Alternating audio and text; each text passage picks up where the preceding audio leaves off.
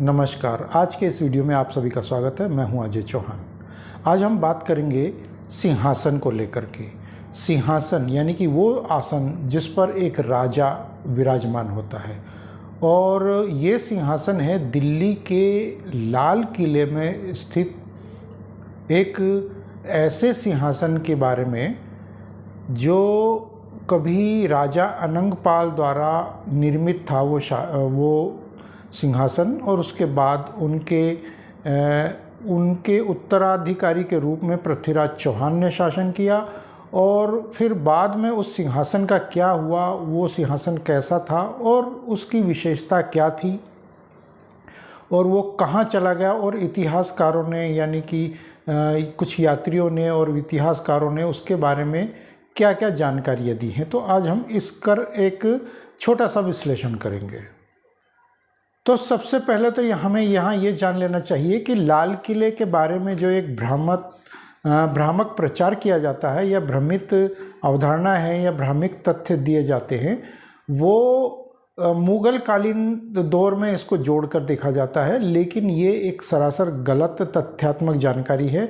और जो कनिंघम ने जो पुरातत्व विभाग भारत का जो सर्वप्रथम गठित हुआ, और उसका जो सर्वेसर्वा बना कनिंघम, वो उसने स्वयं भी लिखा है कि ये जो दिल्ली का लाल किला है ये मुग़लों द्वारा निर्मित नहीं है, बल्कि इसको अगर जो मेरे हाथ में किताब है उसको अगर हम देखें तो लाल कोट का निर्माण अनंगपाल द्वारा सन 1052 ईस्वी के आसपास किया गया था। ये कहना है कनिंघम का। तो ये तो एक अलग जानकारी हुई।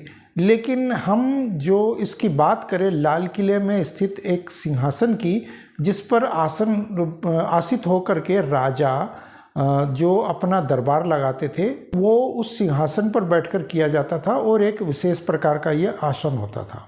वो आसन वर्तमान में कहाँ है ये किसी को ज्ञात नहीं है, लेकिन उसका अपना एक अलग इतिहास रहा है।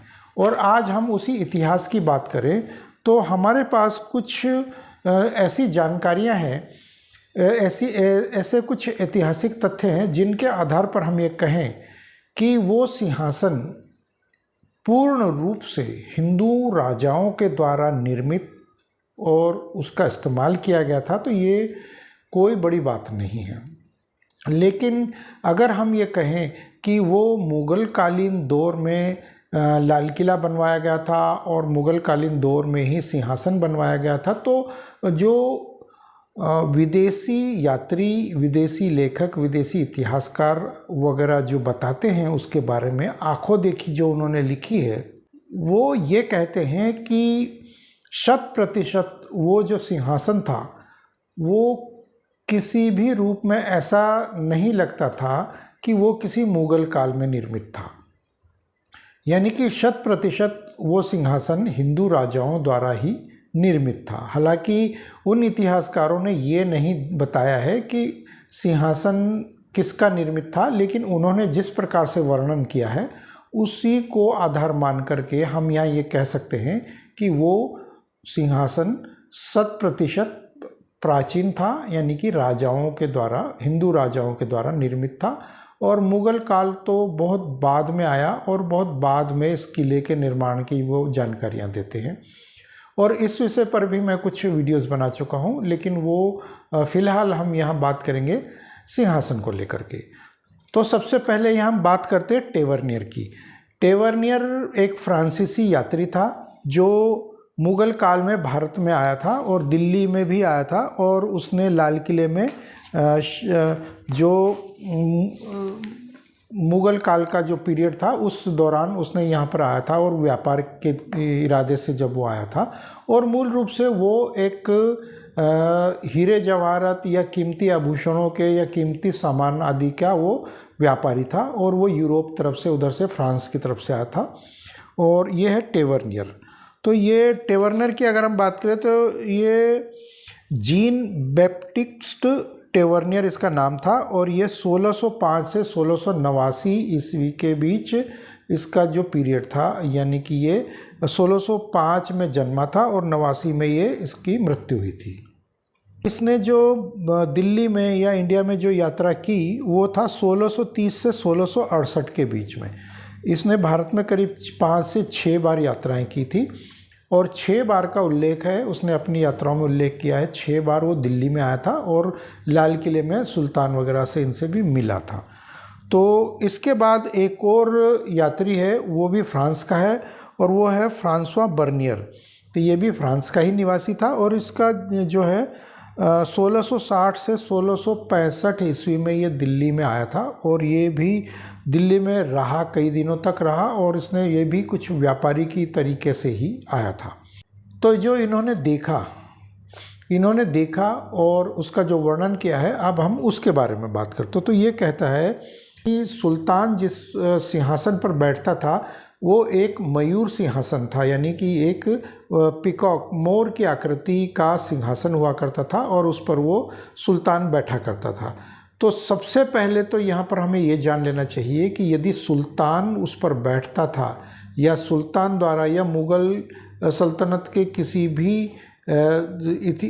भी सुल्तान के द्वारा यदि वो निर्मित था, मुग़ल काल में यदि वो निर्मित था किला या फिर वो सिंहासन, तो वो मयूर आकृति में क्यों था? क्योंकि मुग़ल पीरियड में या यूँ कह लो कि मुग़ल इतिहास में हमें कहीं पर भी ऐसा उल्लेख नहीं मिलता कि किसी सुल्तान ने या किसी मुग़ल कालीन किसी भी कलाकार ने या फिर यूँ कह लो कि मुग़लों के द्वारा कहीं पर भी ऐसा कोई उल्लेख नहीं किया गया है कि वे किसी पशु की, पक्षी की या किसी मानव आकृति को वे स्वीकार करते होंगे। तो फिर वो किस तरीके से वो कह सकते हैं या वो कि ये सिंहासन भी उनका अपना हुआ करता था? तो ये कहना है टेवर्नियर का, और टेवर्नियर ने लिखा है कि यह ठोस सोने के 6 पायों पर रखा हुआ था। सोने के 6 पाए थे उसमें जिस पर वो रखा हुआ था, यानी कि जैसे कुर्सियाँ वगैरह होती है तो उसके 4 पाए या 6 पाए जो भी होते हैं उस तरीके से वो रखा हुआ था। ठोस सोने के पाए थे।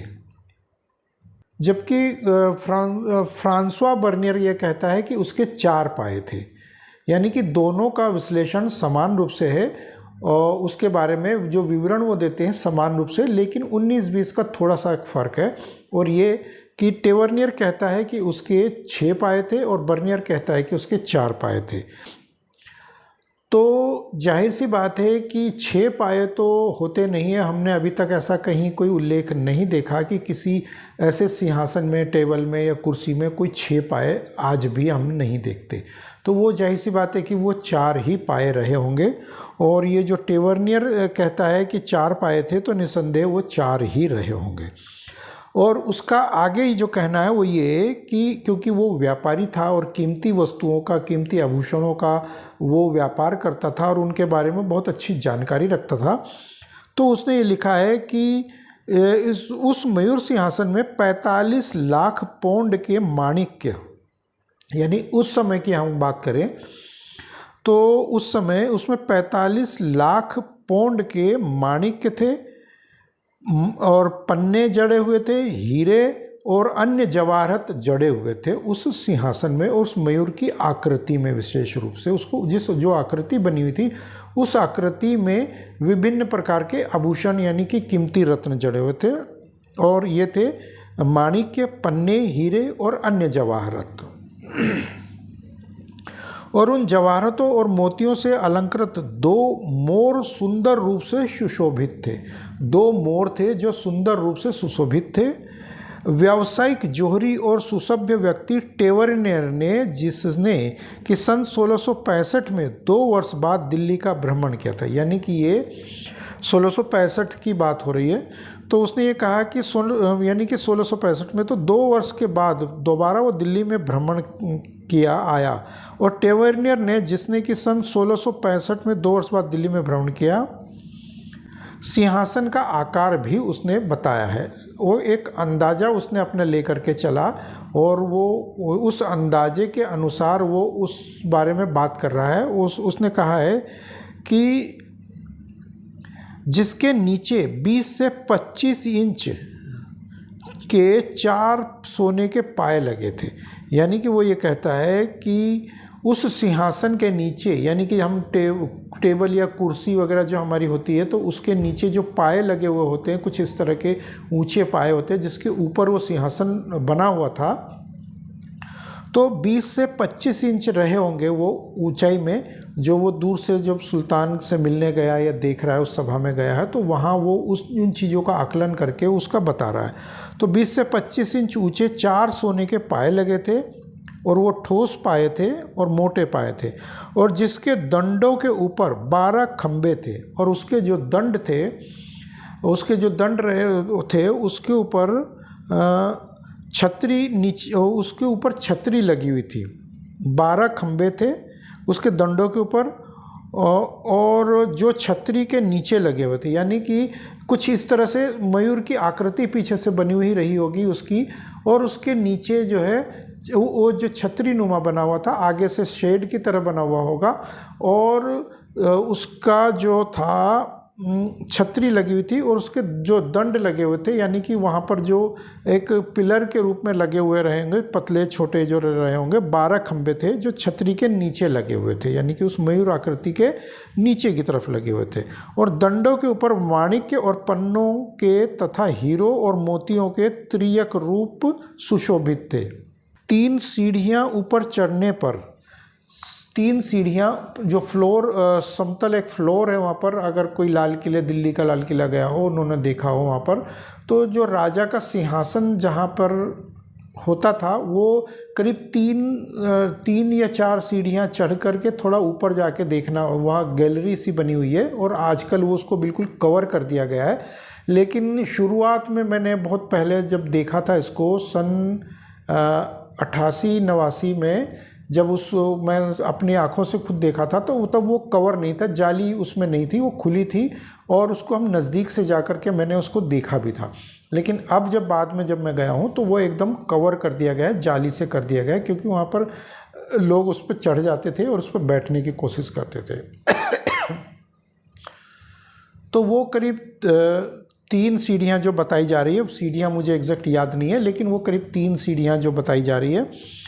तो 3 सीढ़ियाँ ऊपर चढ़ने पर सिंहासन की लंबी पीठिका पर पहुंच जाते थे, यानी कि वो पीठिका, यानी कि वो चबूतरा कुछ इस तरह का बना हुआ है जहाँ पर कि वो सिंहासन रखा जाता था, और उसके सामने एक हॉल बना हुआ है बड़ा सा। उस हॉल में सभा आयोजित होती थी, और वहाँ पर जो आम खास जो भी लोग होते थे वो जा कर के वहाँ पर उस सुल्तान के या उस राजा के पास समक्ष जा कर के वो बैठते थे, और वहाँ पर वो सभा चलती थी, जहाँ पर 3 सुनहरी तोशक लगे थे, जहाँ पर 3 सुनहरे तोशक लगे होते थे, यानी कि उस चबूतरे के ऊपर साइड में तोशक, यानी कि गद्दे, 3 गद्दे अलग से बिछे हुए लगे हुए होते थे साइड में जी। इनके चारों ओर एक गद्दा होता था, इनके चारों ओर एक अलग से गद्दा होता था। एक ढाल, एक धनुष और बाणों का तरकस लटके रहते थे। वहाँ पर एक ढाल होती थी, एक धनुष होता था, और बाणों का एक तरकस लगा हुआ होता था, एक ढाल, एक धनुष, और ये सब वहाँ पर मतलब लड़ाई का जो सामान होता था वहाँ पर, तो वो लगा हुआ रहता था हमेशा। और कुल मिलाकर 108 लंबे माणिक्य और 116 पन्ने सिंहासन पर थे, यानी कि जो ये टेवर्नियर और बर्नियर दोनों जब वहाँ जाते थे तो वो विशेष तौर पर इसी चीज़ पर नज़र रखते थे, क्योंकि वे व्यापारी थे और इन्हीं कीमती आभूषणों के या इन वस्तुओं के व्यापारी थे, तो वो उनकी नज़र वहाँ पर विशेष रूप से उन्हीं चीज़ों पर रहती थी। तो कुल मिलाकर वो ये कहता है कि 108 लंबे माणिक्य, 108 लंबे लंबे माणिक्य और 116 पन्ने सिंहासन पर लगे हुए थे। छतरी के आधार पर उसके 12 खंबे जाज्वल्यमान मोतियों की पंक्तियों से सुशोभित थे। उसका आधार, यानी कि छतरी का जो आधार था, निचला हिस्सा था, छतरी के आधार पर लगे 12 खंबे मोतियों की पंक्तियों से सुसज्जित थे। उन 12 खंभों पर मोतियों की पंक्तियां लगी थी, यानी कि उनको मोतियों से जड़ा हुआ था, पिरोया हुआ था। और टेवर्नियर ने इनको सिंहासन का सबसे महत्वपूर्ण अंश माना, यानी कि कलाकारी के तौर पर भी कह लो, डिजाइन के तौर पर, और कीमती आभूषणों के तौर पर भी इसने उस सिंहासन के सबसे महत्वपूर्ण हिस्से को उसने इंगित किया है। तो छतरी का जो अंदरूनी भाग हीरो और मोतियों से ढका हुआ था और इसके चारों ओर मोतियों की झालर लटकी थी। और यानी कि सिंहासन का जो टेवरनियर जो लिखता है कि उसके मोतियों से ढका हुआ था और उसके चारों ओर मोतियों की झालर लटकी हुई थी। तो वो जो सिंहासन का जो ऊपरी छतरी नुमा था तो वो झालर एक लटकी हुई थी और मोती उसमें थे। तो इसके चतुर्दिक शिखर पर एक मोर था और इसके चारों तरफ एक मोर था। एक मोर की आकृति या मोर के पंख वगैरह फैले हुए थे। एक मोर था जिसके दोनों ओर उस मोर के दोनों तरफ बहुमूल्य रत्नों से अलंकृत बड़े बड़े स्वर्ण गुच्छ स्थित थे। स्वर्ण के गुच्छे या गुच्छ स्थित थे और इस मोर की पूंछ नीलकांत मणियों और अन्य रंगीन रत्नों से बनी हुई थी। नीलकांत मणियों से और अन्य रंगीन रत्नों से बनी हुई थी। मोर की पूंछ का ही महत्वपूर्ण स्थान होता है हिंदू धर्म में भी, और वो संपूर्ण मोर की जो पूंछ थी वो विशेष माणिक्यों से सुशोभित थी और इसका शरीर सोने का था और उसका जो शरीर था मोर का वो सोने का था जो बहुमूल्य मणि माणिक्यों से जड़ा हुआ था। और वो जो शरीर था मणि और माणिक्यों से वो जड़ा हुआ था और सोने का था वो। और इसकी छाती में एक बहुत बड़ा माणिक्य लगा हुआ था जिसके साथ लगभग 56 कैरेट की नाशपाती के आकार का एक मोती लटका हुआ रहता था। यानी कि लगभग 56 कैरेट का एक नाशपाती के आकार का मोती लटका हुआ रहता था और वो था माणिक्य। तो उसकी मोर की छाती पर आगे की तरफ वो लटका हुआ रहता था और उस पर कुछ पीली आभा थी और उस पर कुछ पीलापन भी था, पीली आभा थी। और छतरी के सामने वाली दिशा में 80 से 95 कैरेट भार वाला एक मोती था जिसके चारों ओर माणिक्य पन्ने लटके हुए थे। सिंहासन के सामने पार्श्व में 2 छत्र थे जिन पर लाल मखमल की काशिदाकारी की हुई थी और उन पर मोतियों की झालरें लटकी हुई थी। उन्हीं में हीरों, माणिक्यों और मोतियों से ढकी हुई 7 से 8 फीट ऊंची डंडियां लगी थी। इस सिंहासन को, अब बात आती है कि यह सिंहासन कहाँ गया और कहाँ से कैसे यह अदृश्य हुआ और ये कब हुआ। तो इस सिंहासन को फारस का लुटेरा आक्रमणकारी नादिर शाह, वो जो सिंहासन कीमती आभूषणों से युक्त था, जो टेवरनियर और बर्नियर ने इसका जो फ्रांस से आकर के उन्होंने जो विश्लेषण किया, उन्होंने जो ये बताया है कि यानी कि ये 1630 से 1668 के बीच भी ये सिंहासन उन्होंने देखा था। और 1739 में नादिर शाह आया, दिल्ली पर हमला किया और लूट करके अपने साथ ये इसे ले गया और ये फारस लेके गया अपने साथ। और उसके बाद क्या हुआ उसके बारे में कोई विशेष जानकारी नहीं है। तो इतना कीमती आभूषणों से जड़ित एक बहुत बड़ा और बहुत ही विशाल आकार में और कीमती एक जो सिंहासन था वो 1739 में अचानक नादिर शाह फारस में ले जाता है उसको और उसके बाद उसका युग समाप्त हो जाता है। तो ये एक विशेष प्रकार का सिंहासन था जिसको हमने 1739 तक भी हमारे देश में हुआ करता था।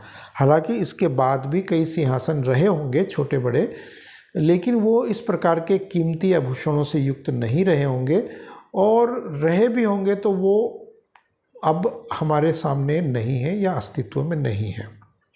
लेकिन 1739 तक भी दिल्ली में ये सिंहासन हुआ करता था जो 1052 ईस्वी में निर्मित हुआ लाल किला था, यानी कि लाल कोट था, उसमें ये स्थापित किया गया था राजा अनंगपाल के द्वारा। उसके बाद उनके उत्तराधिकारी पृथ्वीराज चौहान ने शासन किया था और इसी सिंहासन पर बैठ करके किया था। तो ये एक विशेष जानकारी, और इसको कई विदेशी और देसी चापलूस इतिहासकारों ने दबा कर रखा है इस जानकारी को और कहीं पर भी हमें विशेष तौर पर पढ़ने को नहीं मिलता। लेकिन यदि हम कुछ विशेष लोगों की जानकारियों को, उनके तथ्यों को पढ़ें और उनके बारे में जानकारियों को जुटाएं तो हमें इस प्रकार के तथ्य और हमें जानकारियां आसानी से उपलब्ध हो जाती है। और मेरे हाथ में जो पुस्तक है वो ये है, PN ओक यानी पुरुषोत्तम नागेश ओक द्वारा लिखी हुई ये किताब है, दिल्ली का लाल किला है लाल कोट। आप चाहें तो इसे पढ़ सकते हैं। मैंने ये पूरी किताब पढ़ी है और इसके आधार पर ही मैं आप लोगों को ये जानकारी दे रहा हूँ। तो ये एक बहुत ही महत्वपूर्ण जानकारी थी जिसे हमारी सरकारों ने उजागर करनी चाहिए, बतानी चाहिए और ये बताना भी चाहिए कि आखिर उसका क्या हुआ उस सिंहासन का, और वहाँ जाने के बाद उसकी का अस्तित्व अब है या नहीं है। हालांकि हम सब जानते हैं कि उसका अब कोई अस्तित्व नहीं रहा होगा। लेकिन हमारे देश के बारे में जो कहा जाता है कि भारत सोने की चिड़िया हुआ करता था, तो 1739 तक भी उसका हमें बहुत बड़ा एक साक्ष्य प्रमाण हमारे सामने रहा और हमें ये स्वीकार करना चाहिए। तो मिलते हैं अगले वीडियो में। यदि आप लोगों को हमारी ये जानकारी अच्छी लगी हो तो कृपया कमेंट बॉक्स में हमें जरूर बताएं और जाने से पहले इस वीडियो को लाइक और शेयर अवश्य करते जाएं। मिलते हैं अगले वीडियो में, तब तक के लिए धन्यवाद।